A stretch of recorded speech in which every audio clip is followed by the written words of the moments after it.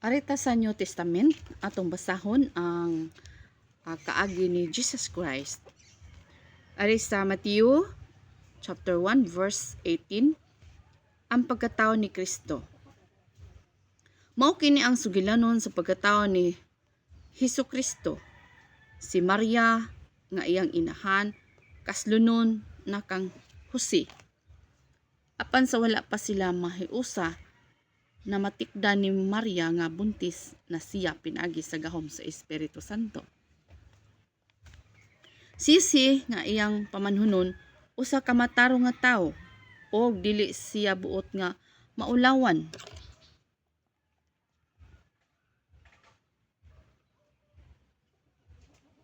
Si Maria, busa nakahukom siya nga bulagan niya sa hilom si Maria.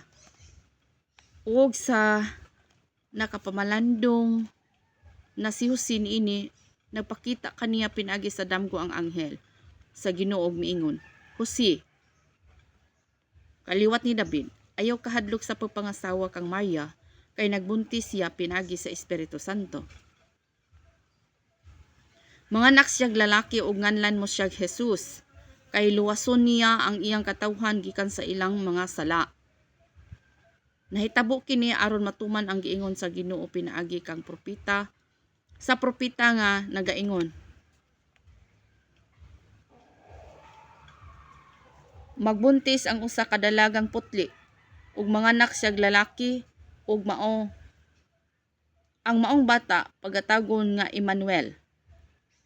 Nga sa ato pa ang Dios kauban nato. Busa sa pagmata ni Jose gituman niya ang giingon kaniya sa anghel sa Ginoo ug gipangasawa niya si Maria. Apan wala siya makighilawas kang Maria samtang wala pa kini manganak. Sa dihang nanganak na si Maria, ginganlan ni Jose ang bata og Jesus. Gisimba si Jesus sa mga tawo gikan sa sidlakan. Natao si Jesus sa lungsod sa Bethlehem nga sakop sa probinsya sa Judea. Sa panahon ni nga si Herodes mao ang hari. May miabot nga mga tawong maalamon sa Jerusalem gikan sa sidlakan, nangutana sila asa ba natawo ang hari sa mga Hudiyo. Nakita namo ang iyang bituon sa sidlakan. Busa mianhi kami dinhi aron pagsimba kaniya. Pagkadungog niini ni Herodes, Haring Herodes, wala siya mahimutang ingon man ang tanang tao sa Jerusalem. Busa gipatawag niya ang tanan nga na kadagkuan sa mga pari og mga magtutudlo sa kasuguan. Og nangutana siya kanila kung asa matawo ang Kristo. Nitubag sila, dito sa lungsod sa Bethlehem nga sakop sa Judea, kay mao kini ang sulat sa usa ka propeta. Ikaw Bethlehem, sa dapit sa Juda, dili ikaw ang pinakaulahi sa naguna nga mga lungsod sa Judea, sa Juda. Kay diha kanimo maggikan ang pangulo nga muatiman sa akong katawhan sa katawhan nga Israelinhon. Sa dihang nadungog kini ni Herodes, gipatawag niya sa hilom ang mga tawo nga gikan sa sidlakan ug gipangutana niya sila kung kanus-am migawas ang bituon nga ilang nakita. Human niini, gipaadto niya sila sa Bethlehem miingon siya, lakaw kamo upang itaan ninyo ang bata. Ug kung makita na ninyo siya, paybaluan ninyo ako aron makaadto usab ako og makasimba kaniya. Human nila madungog ang giingon ni hari. Nang lakaw sila. Samtang naglakaw sila, nakita nila pag-usab kadtong bituon nga nakita nila sa sidlakan. Ug nalipay gayud sila. Naguna kanila ang bituon hangtod sa dapit nga nahimutangan sa bata. Pagsulod nila sa balay, nakita nila ang bata ug ang inahan niini nga si Maria. Nangluhod sila og misimba sa bata. Balikon ako. Nangluhod sila og misimba sa bata. Giabrihan nila ang ilang bililhon nga mga gasa nga bulawan, insenso ug pahumot nga mera. o gihalad ngadto sa bata. Sa pagpauli nila, nangagi sila sa laing dalan. Kay gipahimungnuan man sila sa Dios pinaagi sa damgo nga dili na sila mobalik kang Herodes. Ang pagkagiw ngadto sa Ehipto. Sadyang nanlakaw na ang mga tawo nga gikan sa sidlakan, napakita ang anghel sa Ginoo kang Jose. Pinaagi sa damgo, umingon, bangon, dada ang bata ug ang iyang inahan ug bakwit kamo sa Ehipto. Didto lang una kamo hangtod nga muingon ako nga makabalik na kamo kay pangitaon ni Herodes ang bata aron patyon. Busi na ito gayong kabihiuna, mibangon si Jose ug gidala niya ang bata ug ang inahan niini ngadto sa Ehipto. Mipuyo sila didto hangtod nga namatay si Herodes. Nitabo kini aron matuman ang giingon sa Ginoo pinaagi sa propeta nga nagaingon. Gitawag ko ang akong anak gikan sa Ehipto. Ang pagpamatay og mga bata. Sadyang nahibaluan ni Herodes nga gilimbungan siya sa mga tawo nga gikan sa sidlakan. Napungot siya pag-ayo, busa mimando siya nga pamatyon ang tanang bata nga lalaki sa Bethlehem o sa palibot niini nga nag-edad og 2 ka tuig paubos. Kay sumala sa iyang nahibaluan gikan sa mga tawo nga nagagikan sa sidlakan mga 2 na ka tuig ang nakalabay sukad sa ilang pagkakita sa bituon. Sa mong hitabo natuman ang panagna ni propeta Jeremiah nga nagaingon, madungog ang paghilak o pagminatay ni sa lungsod sa Rama. Nagahilak si Raquel tungod sa iyang mga anak ug wala gayoy makahupay sa iyang kasubo. Kay nangamatay ang iyang kabataan. Ang pagbalik gikan sa Ehipto. Unya sa dihang patay na si Herodes, nagpakita ang anghel sa Ginoo kang Jose didto sa Ehipto. Pinagi sa damgo, miingon siya, bangon dada ang bata ug ang iyang inahan. Ug balik kamo sa Israel tungod kay namatay na ang mga nagtinguha sa pagpatay sa bata. Busa bibangon si Jose ug dala niya ang bata ug ang inahan niini balik adto sa Israel. Apan sa dihang nadungog ni Jose nga si Archelaus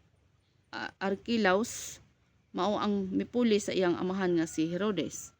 Isip hari sa Judea, nahadlok siya nga mupauli didto. Unya gipahimangnuan na usab siya sa Dios pinaagi sa damgo. Busa midiretso siya sa probinsya sa Galilea ug didto na sila nanimuyo sa lungsod sa Nazaret. Busa natuman ang giingon sa mga propeta kaniadto nga tawgon siya nga Nazaretnan. Arita mga higala. Hallelujah. Ang kagikan ni Kristo nga gitawag siya ingon ba nga sa iyang kasaysayan nilalang siya sa Espiritu Santo, gipadala siya dinhi sa amahan aron mosulod siya sa usa ka taguangkan nga birhen, ulay, putli. O kini si Maria, ang iyang pamanhunon mao si Jose, matarong gi siya nga tawo. Kay nakamatikod siya nga buntis ang iyahang pangasawon. Wa pa biya na siya mahilabti. So matarong gid siya nga naman wala niya pakaulawi si Maria. Sa tinawhanon no, wala niya pakaulawi si Maria. Mubulag na unta siya sa hilom apan gipadamgo siya. Ngingnan siya sa anghel. Ayaw kahadlong ang mga asawa niya kay kanang iyang gibuntis nila lang sa Espiritu Santo. So ana mga higala no, may kaigsuunan nga usa ni siya kapanimaynan si Jose nga dili siya bastos nga pagkatao. Kay gani yang nahibaluan muhilom ra man gani unta siya og bulag. No? Apan ang anghel sa Dios nagpahayag kaniya nga ayaw pagpanuko sa iya pagpangasawa kay ang iyang gibuntis nila lang sa Espiritu Santo. Siya giingon nga nganlan siya og Emmanuel. no? Paganganlan siya Jesus. Ano man, ang Dios kauban nato, no? So salamat kay si Ginoo ni anak. Tungod sa pagtuo ni Jose ngadto sa Ginoo, nituman pud siya. No, nituman siya sa istorya sa anghel. So niya nagabi una nga panahon na sa sinsos. Unang sinsos sa dito sa dapit sa Bethlehem. So wa na may lain ka kuanan ka adto na lang sila sa pasungan kuan sa mga hayop ba. So walay reklamo si Maria nya sa iyang pagpanganak dito sad unsa may kahulugan nato, no? Madito man sa pasungan gatawag sa ingon ba nga dito siya nagpakatao ang Ginoo, bisan siya dato, bisan siya king, dito siya nagpakatao, gihimo niyang paubos iyang kagalingon aron unsa may kahulugan aron ang mga sumusunod kaniya nga mahimong dato, no? Nagpakapobre siya para mahimong dato ang mga katauhan yang makanakan nga sumusunod kaniya, no? So gitawag siya ingon ba nga i-process lang kita sa Ginoo, no? I-proseso ta sa Ginoo sa atong pag-alagad niya, dili po ta dali-dalion pod og dato, no? Kay wa ta kay ba makalitan ta, no? So i-process kita sa Ginoo. Sunod, dili gid bastos si Jose kay ano man na hilom na ragi unta to siya mobulag apan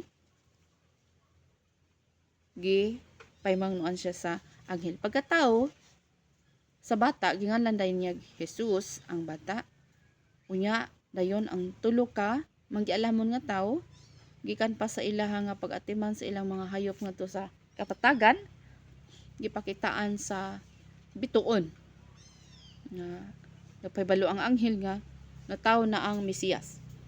So mo to pag adto nila dito og kani si Herodes nainggit gid ni siya, no?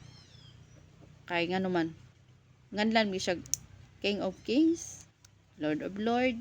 Siguro yang hunahuna na ni mapulihan ako sa tinawhanon ba? Mapulihan ako na ni sa ako ang katungdanan isip po sa kahari. Munang nagtinguha siya, tinawhanon ba? So nagtinguha siya, patyon jud niya ang bata kadi siya gustong papuli. Di siya gustong papuli. Ano man? Anong nainggitan man niya? So gipamatay ang mga bata gikan sa no, nindot kay nindol ta sa Ginoo kay pasidanan gid ta. Oh, sige. Ikagaw mo, kagaw kay nagtinguha si Herodes pagpatay. Ang hari nagtinguha sa pagpatay sa bata. So nangagaw sila na nagabi una sa pagpanganak ni Maria. Wala giningon si Maria, wa man dili ko lagi pahayagi si Ginoo ana. Ikaw ra man lagi. Pero tungod kay unsa giingon? Submit your husband. Unsa giingon? Submit your husband. Wife, submit your husband. So nipatuo siya. Nga sa una wala gitay mabasa umingon si Maria ay nga nganong sa imuhar mo pahayag sa una ako pahayagan karon ikani pahayagan wala man lagi. So meant to say ang wife mo submit sa husband karon na modento na nagabi unahan na tao ang bata pero nana sa gabi una nga nikalagaw sila ngadto sa Ehipto. Nibangon si pahayagan siya sa anghel. So nibangon din sila o ningadto sa Ehipto. Pag sa Ehipto, mga duha ka tuig namatay na ang magtingho sa pagpatay sa bata. Mga nilabay na mga duha ka tuig. So gikan sa duha ka tuig nga ri paubos gipatay gid ang mga kabataan. No? Hallelujah. Glory to God. So ma-imagine nato nga kang Moses pud sa una pagkatawa sa bata, so nag-adad na sad siya og 3 months. Di naman matago. So, ipaano din lang si Moses sa suba. Aron, ito, ipasagop sa kuan sa prinsesa, anak sa Pharaoh. Karon gitawag siya giingon ba sa kinabuhi ni Maria, di ba tulalim kay bag-o gito siyang nanganak, no? Di wala gid siya ningon nga mabughat ko, makuan ko, wala kay ano man, sunod ra gid siya sa kang Jose sa iyang pamanhunon. Or ba na nato niya. Karon gipamatay ang mga kabataan gikan sa 2 anyos nga padung sa ubos. Sigon sa yang nahibaluan ni Herodes. Dayon pagkahuman ni balik sila kay gikuan na po sa sige, uli na ngadto kay namatay na ang nagtingwa sa pagpatay sa bata. So, nindot gyud mga higala, mga igsuonan nga suod kas Ginoo ba? Nga naman, pahibaluon jud ka kung unsa ang umaabot. Pahibaluon jud ka, glory to God, pahibaluon ka unsa ang mahitabo para pag-prepare. Para hanigan sa mga pag-ampo. Lo, nakasinati ba ka niini? Higala, igsuon. Pahibaluon jud ka unsa mahitabo sa unahan, mo na makaprepare ka. Inaana kung suod ka sa Dios, ingana gyud ang gitawag sa ingon ba nga. Pahibaluon ka sa Ginoo unsa ka kapinangga. No? Glory to God. So gipabalo si Jose sa anghel sa Ginoo nga balik na didto. Adto ka sa dito siya sa Nazareth. No? Dito siya sa panlong sa Galilea o